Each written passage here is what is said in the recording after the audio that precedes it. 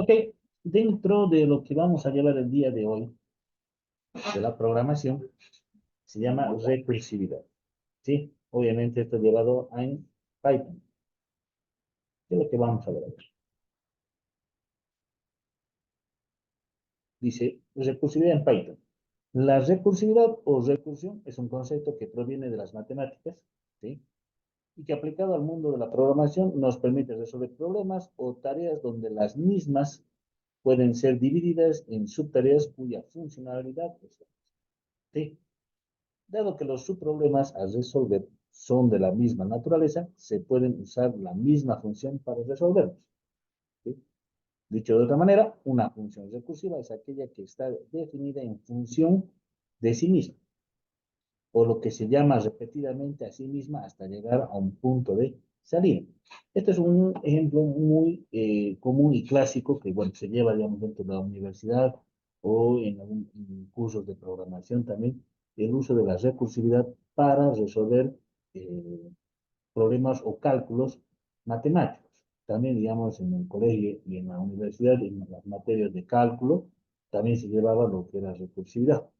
Pero ya aplicado a lo que es programación, no es más que llamar a una función, o mejor dicho, la función se llama a sí misma hasta resolver el cálculo o el problema. Y obviamente después ya tiene su salida. Pero ¿cómo lo vamos a ver? Por ejemplo, si cualquier función recursiva tiene dos secciones de código claramente divididas. Por un lado, dice, tenemos la sección en la que la función se llama a sí misma, ¿sí? Por otro lado, tiene que existir siempre una condición en la que la función retorna sin volver a llamarse, ¿sí? Es muy importante porque lo contrario, la función se llamaría de manera indefinida. Esto es lo que vamos a ver ahorita cuando una función no tiene, digamos, un retorno y se empieza a llamar automáticamente todas las veces, entra en un Stack Overflow. Entonces, todo el rato se queda llamándose a sí misma y sigue haciendo el proceso, ¿sí? Vamos a ver con algunos ejemplos. Dice, veamos unos ejemplos con el factorial y la serie Fibonacci. ¿Sí? Estos son los más claros y seguramente ustedes ya lo han debido ver. O si no lo han visto, bueno, ahora es la primera vez que lo van a poder ver dentro de una recursividad. Por ejemplo, dice calcular factoriales. Uno de los ejemplos más usados para entender la recursividad es el cálculo del factorial de un número n. ¿Sí? N factorial, ¿no? El factorial es el símbolo de admiración, es lo que le da que sea factorial. Dice, el factorial de un número n se define como la multiplicación de todos los números predecesores hasta llegar a 1. Por tanto, dice, 5 factorial, leído como 5 factorial, sería 5 por 4, por 3, por 2, por 1. Este ejemplo ustedes también ya lo han realizado, ya lo hemos hecho, ¿sí? De una manera, digamos, tradicional, ¿sí? Como se hace. Entonces, por ejemplo, dice, utilizando un enfoque tradicional, como les decía, no recursivo, podemos calcular el factorial de la siguiente manera. Entonces, ¿cómo hacíamos ustedes? Definíamos una función factorial normal, le dábamos un argumento que va a aceptar un solo argumento, en este caso n, definía una variable r, que es igual a 1, un i, que es el que se va a mover ahí, que es igual a 2, y lo ponía dentro de un while, que me decía, while i sea menor o igual a n, entonces, ¿qué va a pasar? Va a ser igual a r por i, ¿no ven? Y se va a aumentar en 1. En el momento que la condición se llegue a romper, por favor, retorname r. Y r, ¿cuál es la variable que estaba almacenando? El 5 por 4, por 3, por 2, por 1. Entonces, por ejemplo, ya después llamar a la factorial, llamar a la función factorial, le dábamos 5 y obviamente obteníamos el valor. Si esto nosotros lo hacíamos en nuestro editor de código, era sencillo, ¿no? Entonces, vamos a crearnos una un archivo, lo vamos a poner recursividad, porque vamos a hacer los ejemplos. ¿Ya? Y por ejemplo, decíamos, ¿no ve? Definíamos una función factorial, ¿sí? De un bajo normal lo vamos a poner, porque está igual. Y le decíamos que vamos a aceptar el número n, ¿sí? Y luego yo le decía, definía una variable r, que era igual a 1, definía una variable i, que va a ser igual a 2, ¿sí? Y esto va a estar dentro de un bucle while, donde decía si i es menor o igual a n, mientras esto sea, por favor, r va a ser igual a r por i. ¿Correcto? Aquí en el número r vamos a ir almacenando las multiplicaciones. ¿Sí? Y obviamente nuestro i, que es el que se va a ir hasta el número n, va a ser igual a i por i más i. ¿Sí? Muy bien. Una vez que esto salga, le decía return r, que es la variable que está almacenando. Luego yo le decía aquí en un print, le podría decir, print, por favor, imprimime, y le llamamos aquí a la función factorial, y le mandábamos el 5 que era de. ¿Sí? Esto es lo que ustedes ya han hecho varias veces, ¿no? 120. ¿Sí? Entonces, de esta manera, a través, digamos, de una forma tradicional, podíamos hacer el cálculo de un número factorial. Pero con recursividad podíamos hacerlo mucho más rápido y que solamente la función se llame a sí misma la cantidad de veces que sean necesarias. ¿Sí? Entonces, ¿cómo lo hace? Esto es de una forma normal. Ahora, por ejemplo, dice, dado que el factorial es una tarea que puede ser dividida en subtareas del mismo tipo, son multiplicaciones, podemos darle un enfoque recursivo y escribir la función de otra manera. Por ejemplo, ¿cómo definimos la función? La función factorial recursiva, ¿ya? El nombre, le mandábamos n como el argumento, y aquí tenemos if n es igual a 1, obviamente el factorial de 1 es 1, entonces directamente que nos devuelva return 1. Perfecto. Caso contrario, ¿sí? ¿Qué tenés que hacer? Es decir, return n por el factorial recursivo, pero ahora n menos 1. ¿Se acuerdan que n es el número que está entrando por teclado? Pero ahora yo le quitaba 1. Y como esto se va a volver a llamar, se va a ir descontando cada vez. ¿Qué dice? Lo que realmente hacemos con el código anterior es llamar a la función factorial recursivo múltiples veces. Es decir, 5 factorial es igual a 5 por 4, aquí, y 4 factorial es igual a 4 por 3 factorial. Y así sucesivamente hasta llegar a 1. Esto va a ser, se genera como un bucle, ¿sí? La parte de la recursividad es más o menos explicado como si fuese un bucle. Esto se va a seguir llamando hasta que se rompa la condición.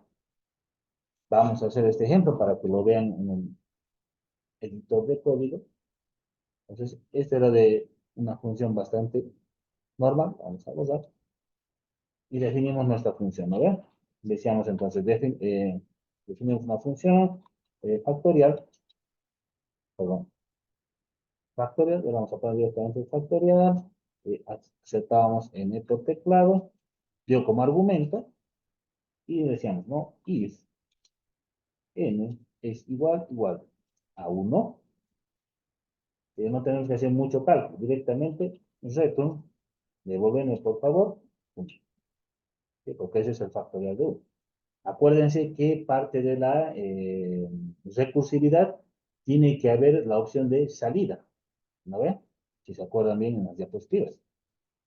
Pues ya teníamos ahí, y else, caso contrario, ¿qué es lo que va a pasar? Le vamos a decir return, por favor retorname, n, que es mi número, ¿sí? Que está entrando por teclado, por, por la misma función factorial, ¿sí? Pero ahora le quitas 1, por favor. Entonces, al número n le vamos a quitar 1. Para que sea, si entraba 5, ahora va a ser 5 por n menos 1, que sería 4. Y así sucesivamente. ¿Sí? Listo, ya estaría definida nuestra función con recursividad. Lo único que tendríamos que mostrar en pantalla es decirle factorial y le mandábamos 5. ¿Sí? A ver, vamos a ver. Obviamente obtenemos el mismo resultado. ¿Sí? Ahora, ¿cuál era la diferencia? Fíjense la cantidad de líneas de código, ¿sí?, que tenemos definidas. Aquí tenemos 5, el otro eran muchas más líneas de código. ¿Sí? Para casos donde las operaciones o los cálculos ven ustedes que sea lo mismo, se tienen que repetir varias veces, es mucho más fácil utilizar funciones recursivas. ¿Sí? Utilizar la recursividad para generar esos cálculos que ustedes saben que se van a repetir. Todas las veces se va a repetir. ¿Sí? Entonces, eso es recursividad. Muy bien, ahora sigamos con las diapositivas. ¿Alguna consulta hasta aquí? ¿Está claro?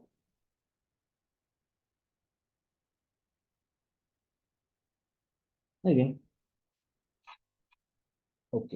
Ahora dice, algo muy importante a tener en cuenta, dice, es que si realizamos demasiadas llamadas a la función, podríamos llegar a tener un error de tipo recursion error, lo que les decía. Esto se debe a que todas las llamadas van apilándose y creando un contexto de ejecución, algo que podría llegar a causar un stack overflow. ¿Sí? Esto pasa cuando nosotros no le damos la salida. ¿Sí? Dice esto por lo que Python lanza ese error para protegernos de llegar a ese. ¿Sí? Este Stack Overflow es cuando no le damos una salida. Si revisamos las diapositivas anteriores, ¿cuáles eran las? Teníamos que darle su salida, ¿no ven? ¿Se acuerdan? Dice, por ejemplo, acá, una función recursiva es aquella que está definida en función de sí misma, por lo que se llama repetidamente a sí misma hasta llegar a un punto de salida. ¿Sí? Entonces, siempre tenemos que tener el cálculo y darle siempre su salida. Caso contrario, vamos a entrar en una repetición o una recursividad infinita que nunca va a salir de ahí. ¿Sí? Muy bien.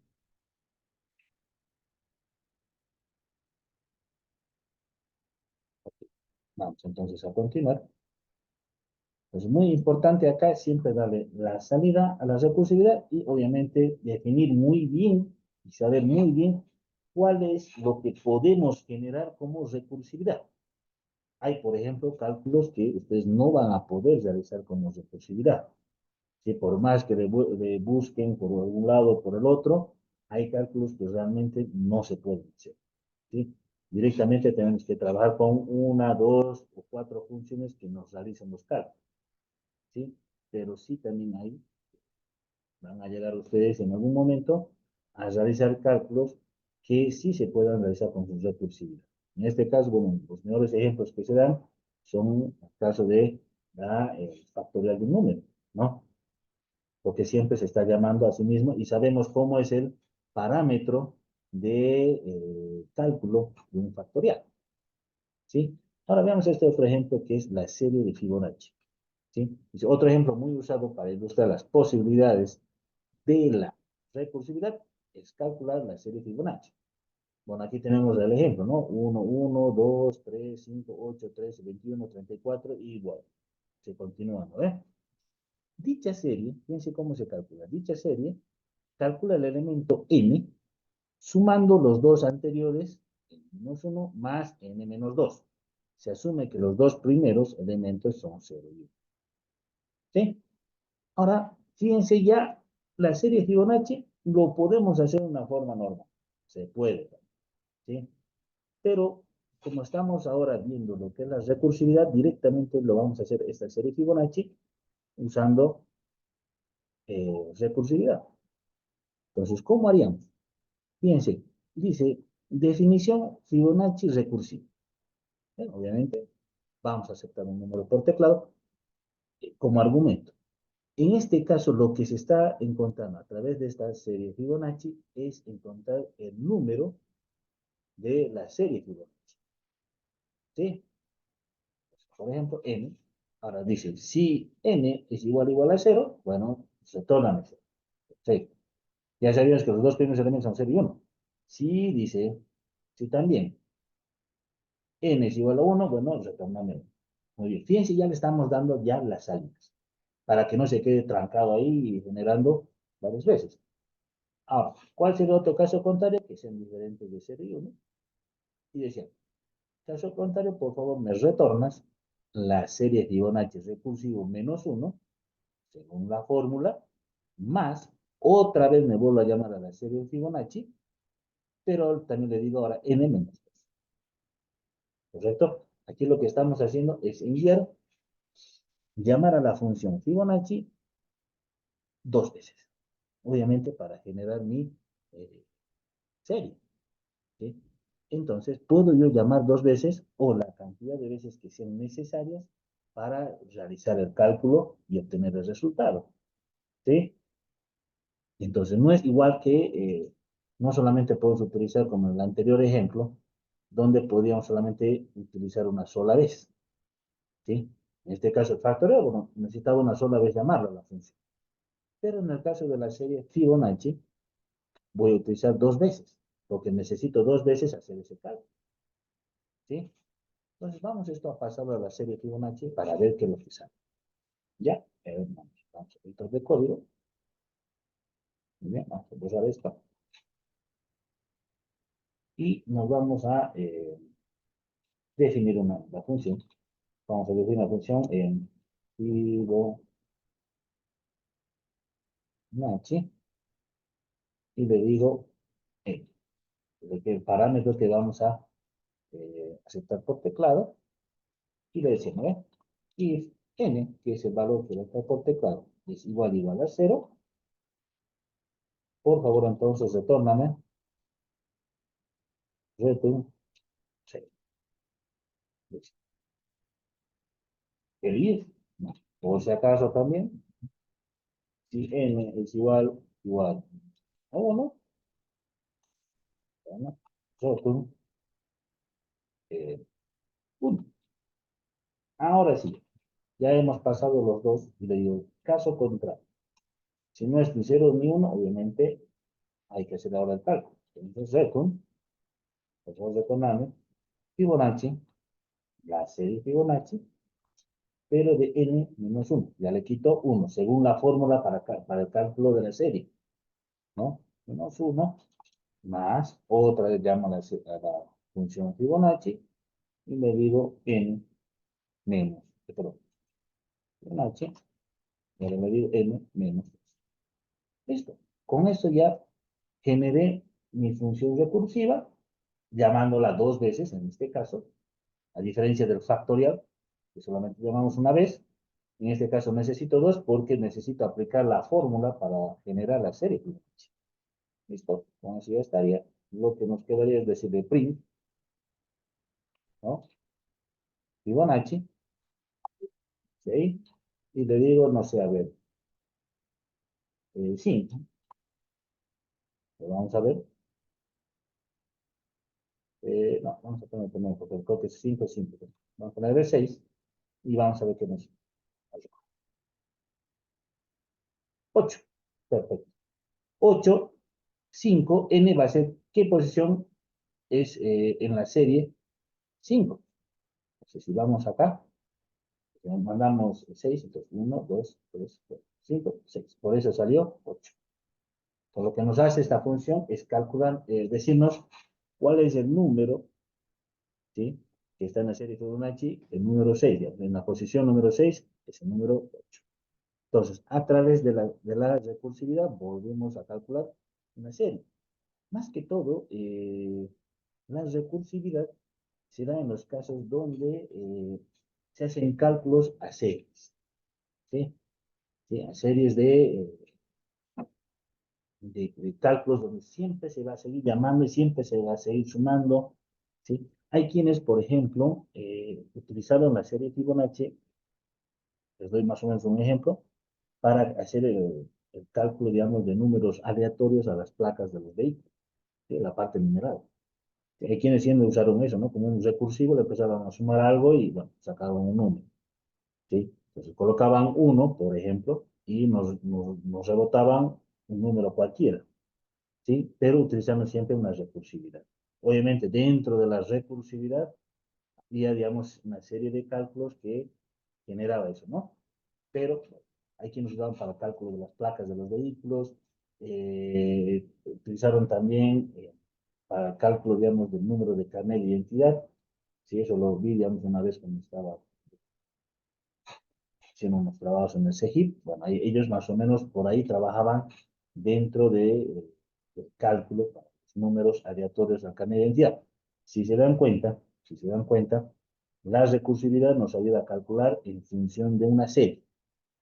Por ejemplo, los números de carnet están igual en una serie. Si vos, por ejemplo, eras de 1, 2, 3, 4, puede llegar que a Karina le llegó también el 1, 2, 3 y en vez de 4 fue 5. Es como una serie, ¿no? O sea, ahí recursividad fue aplicada. ¿Sí? Muy bien. ¿Alguna duda o consulta hasta aquí?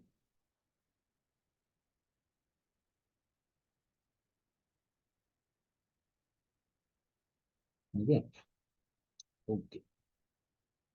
Entonces, dentro de lo que es la recursividad, voy a repetirles, nos ayuda uno, nos ayuda muchísimo en lo que es eh, generar muchas menos líneas de código, ¿sí?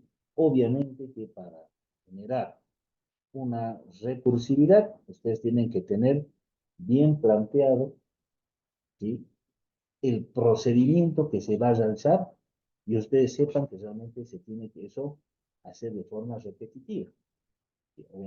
Obviamente llamándose a la misma función. Eso es muy, muy importante. A veces dentro de la programación, por ejemplo, en la universidad, a veces era bastante abstracto conocer exactamente la funcionalidad de una función recursiva, ¿sí? Particularmente, igual me costaba en principio, bueno, entender qué era la recursividad y cómo lo podía aplicar a una función, ¿sí?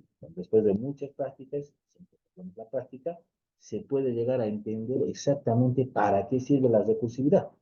Por eso les digo, o sea, hay casos eh, que se puedan llegar a usar, ¿sí?, que son fáciles de determinar que esto es recursivo, o hay, digamos, casos donde por más que ustedes se rompan la cabeza buscándoles de un lado o del otro, no se pueden realizar de forma recursiva. Seguramente en un momento sí, quizás de, pero ya después, empezando a funcionar muchas veces, ya no llega a generar el mismo cálculo que ustedes necesitan. Sí, es muy importante siempre, cuando usted va a plantear una recursividad, probarlo bien hasta que salga bien con todas las pruebas de cálculo y recién eso obviamente pasó a la producción para que lo puedan aplicar a su sistema. Caso contrario, no pueden utilizarlo. ¿Sí? Muy bien. Esto es dentro en cuanto a lo que es la recursividad. No es tan difícil, es poco más bien lo que se utiliza dentro de lo que es la teoría de recursividad, porque básicamente, ustedes ya teniendo conocimiento de lo que es la definición de una función, lo que nos falta dentro de la recursividad es solamente entender con la lógica si podemos identificar si el procedimiento es recursivo o no. Nada más. ¿Y qué es lo que hace la recursividad? Es solamente volver a llamarse la función a sí misma para obtener un cálculo. ¿Sí? Eso es todo. Ok, muy bien. Vamos entrando entonces a la otra parte que tenemos que ver hoy, que ya se llama programación funcional en Python. ¿Sí? Vamos a ver unas dos diapositivas, después proyectamos al receso y continuamos. Muy bien. Programación funcional en Python. Dice, en pocas palabras, la programación funcional es un paradigma de programación distinto al tradicional estructurado u orientado a objetos, al que solemos estar acostumbrados. ¿Sí? Todos programamos de una forma estructurada, todos programamos de una forma orientada a objetos. ¿Sí? Por ejemplo, digamos, cuando estaba en la universidad, primero era Java y decía, la Java es un lenguaje de programación orientado a objetos y bueno, todo estaba ahí. Y en la universidad o en algunos institutos también, todos nos manejaban con lenguajes de programación orientados a objetos, algo tradicional. Pero, como se dice, es un paradigma, la programación funcional. Dice, se basa principalmente en el uso de funciones, siendo las mismas prácticamente la única herramienta que el lenguaje nos ofrece. Todo se basa en funciones. Por eso se llama programación funcional. Dice, para ello, en lenguajes puramente funcionales, por ejemplo, tenemos a Haskell, no existen bucles for while, por ejemplo. ¿Sí? Ese lenguaje Haskell no tiene los bucles. O sea, no podemos nosotros generar, digamos, un bucle para calcular los números pares, por ejemplo. O un bucle que estamos viendo ahorita para el cálculo del factorial de un número. ¿Sí? No tiene dentro de su estructura como lenguaje. Entonces dice, un lenguaje de programación sin bucles, aunque pueda parecer una locura, tiene también sus ventajas. ¿Sí? ¿Cuál es el primer paso que ustedes dicen ahorita? Bueno, Haskell, pucha, qué raro, no puedo utilizar un lenguaje de programación que no tenga bucles. ¿Sí? ¿Cómo yo voy a poder hacer, digamos, no sé, cálculo de números pares, impares, bueno, múltiplos, lo que sea, si no tengo bucles? ¿Sí? Si desde que te enseñaron a programar, te enseñaron que tienen i for, i while para utilizar como bucles y que después te digan, en una programación funcional hay un lenguaje de programación Haskell que no tiene los bucles. Entonces uno se, medio que se zafa de ahí y lo dice, bueno, ese lenguaje no debe servir. Pero bueno, tienen sus ventajas, ¿no? Como dicen ahí. Dice, y ofrece ciertas características muy importantes que veremos a continuación. Dice, a pesar de que Python no es un lenguaje puramente funcional, pero lo es, nos ofrece algunas primitivas propias de lenguajes funcionales, como map, filter y reduce. ¿Sí? Parte de los lenguajes funcionales, que son puramente funcionales, tenemos estas funciones, map, filter y reduce. ¿Sí? Por ejemplo, en Haskell, si hay esas, no tenemos for ni while, entonces utilizamos map, filter y reduce. Python, como dice ahí, no es puramente, porque tenemos while y for, pero también nos ofrece las primitivas que son map, filter y reduce. ¿Sí? Dice, todas ellas ofrecen una alternativa al uso de bucles para resolver ciertos problemas. ¿Sí? Veamos unos ejemplos. Vamos a ver esto. Dice, map en Python. ¿Sí? La función map, porque todas son funciones, porque estamos dentro de una programación funcional, si la función map toma dos entradas. Una lista o iterable, que será modificado en una nueva. ¿Sí? Luego tenemos que tener una función que será aplicada a cada uno de los elementos de la lista o iterable anterior. ¿Sí? Y dice, nos devuelve una nueva lista, donde todos y cada uno de los elementos de la lista original han sido pasados por la función. ¿Sí? Fíjense la estructura. Tenemos un mapa, bueno, tenemos la función map, perdón. Tenemos la función que yo ya estoy definiendo para el cálculo de algún tipo de cálculo matemático, puede ser, y le voy a dar una entrada iterable. ¿Sí? Ya sabemos que iterar significa no es repetir, sino que se iteran en los espacios, ¿no ven?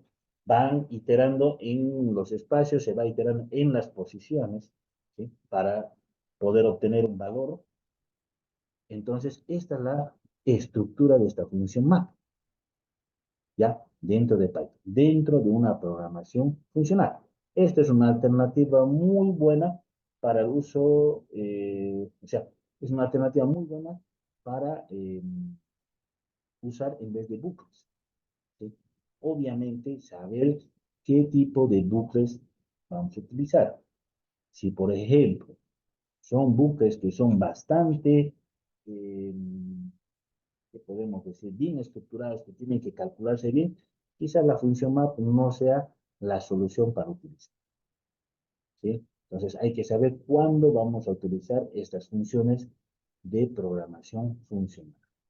¿Sí? Es muy importante. No porque, digamos, ahora estemos viendo esta programación funcional, se van a olvidar de utilizar el for y el while y a todo lo vamos a usar map. En algunos casos van a tener algunos problemas, ¿no? Entonces, es bueno identificar si realmente la función map me va a servir para el cálculo, ¿sí? Y cálculos todavía que van a seguir siendo, o, bueno, ustedes ven que no les funciona muy bien, o el mismo sistema se empieza a ralentizar por la misma función, entonces no es lo correcto utilizarla. Quizás lo mejor sería utilizar ya bucles que son for y el while. ¿Sí? Muy bien. Esta parte la vamos a ver después del receso, los ejemplos de la programación funcional. Entonces, volvemos en 10 minutitos para la segunda parte. ¿Sí?